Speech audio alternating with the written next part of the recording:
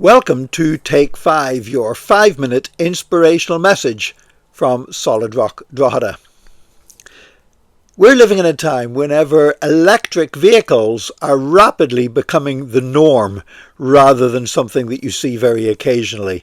There's a move to really push them and see electric vehicles eventually totally replacing petrol and diesel-powered vehicles.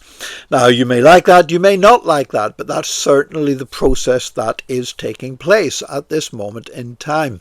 Whenever they first began producing electric vehicles, I remember wondering to myself, well, what will you be able to hear them coming? Because obviously when a car is coming, you can hear its engine. Now, as no doubt you've discovered now, you can hear an electric vehicle coming. It doesn't make as much noise as a petrol or diesel engine because, the internal combustion engine, it's like little explosions taking place, numerous explosions per minute, even per second. But that's not the case with an electric vehicle, but there still is noise. It's a different kind of a noise. It's a higher pitched noise as the sound of the tires still make a noise on the road and such like. So it isn't as noisy, but you can still hear them coming.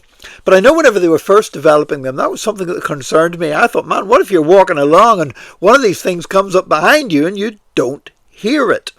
Because when you can't hear something coming, then it is more dangerous. I take my dogs out for 2 walks every day. And whenever I'm out walking the dogs on the lanes near where I live, we've got 2 large dogs, they're pulling and everything else. So I count on being able to hear traffic coming behind us. If traffic's coming towards us, obviously we can see it. But if there's vehicles coming behind, I need to be able to hear them. Now, I've never failed to hear a car coming behind us, but we have nearly got run over by bikes a couple of times. Whenever people are on their push bikes and they ride really close to us without ringing their bell or making any noise, and you don't know till they're on you, and then they seem to get annoyed because they nearly managed to crash into the dogs. Whereas if they would let us know they were coming, we would hear them. So something that's coming that you can't hear it does create a different level of danger. During the Second World War, the Germans were firing rockets at Britain, and they developed the V1 and the V2 rocket, and these would be the forerunners of the ballistic missiles that are such a big part of modern day warfare. Now, the V1 rocket was powered by an engine, and you would hear the engine, and then when the sound of the engine cut out, then you knew the thing was going to drop. So it would basically fly overhead and you could hear the engine, then the engine would stop, and then you knew it was time to run and hide. But the V2 rockets were different. The V2 rockets arrived and you didn't hear them coming at all. There was, they were going faster than the speed of sound, and there was just suddenly this huge explosion, and you never heard it coming. And that made people a lot more afraid. And the V2 rockets, to be honest, they didn't produce enough of them. They didn't work well enough to really turn the tide of the war, but they certainly did create a lot of fear because people couldn't hear them coming. You could be walking down a street, no idea that there was any kind of an attack coming, and suddenly an explosion would take place. The Bible speaks about an attack that we can hear coming. In 1 Peter chapter 5 verse 8, it says, "Your adversary, the devil, is going round like a roaring lion, seeking whom he may devour." And we often see threats around us, and there are things that would threaten us. There are things that seem to be coming, forces of evil that are moving against them. Now, if you can hear them, that's actually a better thing than if you can't.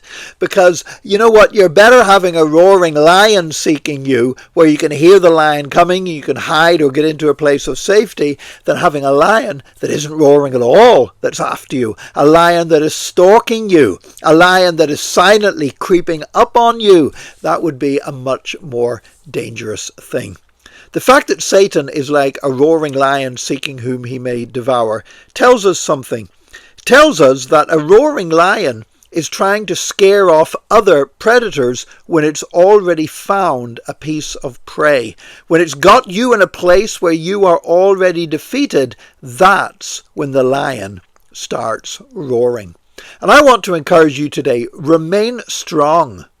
Remain in the Lord. Don't make yourself easy prey for the forces of evil that would come against us, because he that is in us is greater than he that is in the world. And so you don't have to be afraid of Satan's attacks as a Christian. Instead, be strong. Stand firm in your faith. Stand firm in your relationship with Jesus Christ. You know, if you abandon that relationship, if you lose your faith, if you make shipwreck of your faith, then yeah, the roaring lion is to be feared because you're already in a defeated place. But as it is, you can hear him coming and you know that he that is in you is greater than he that is in the world.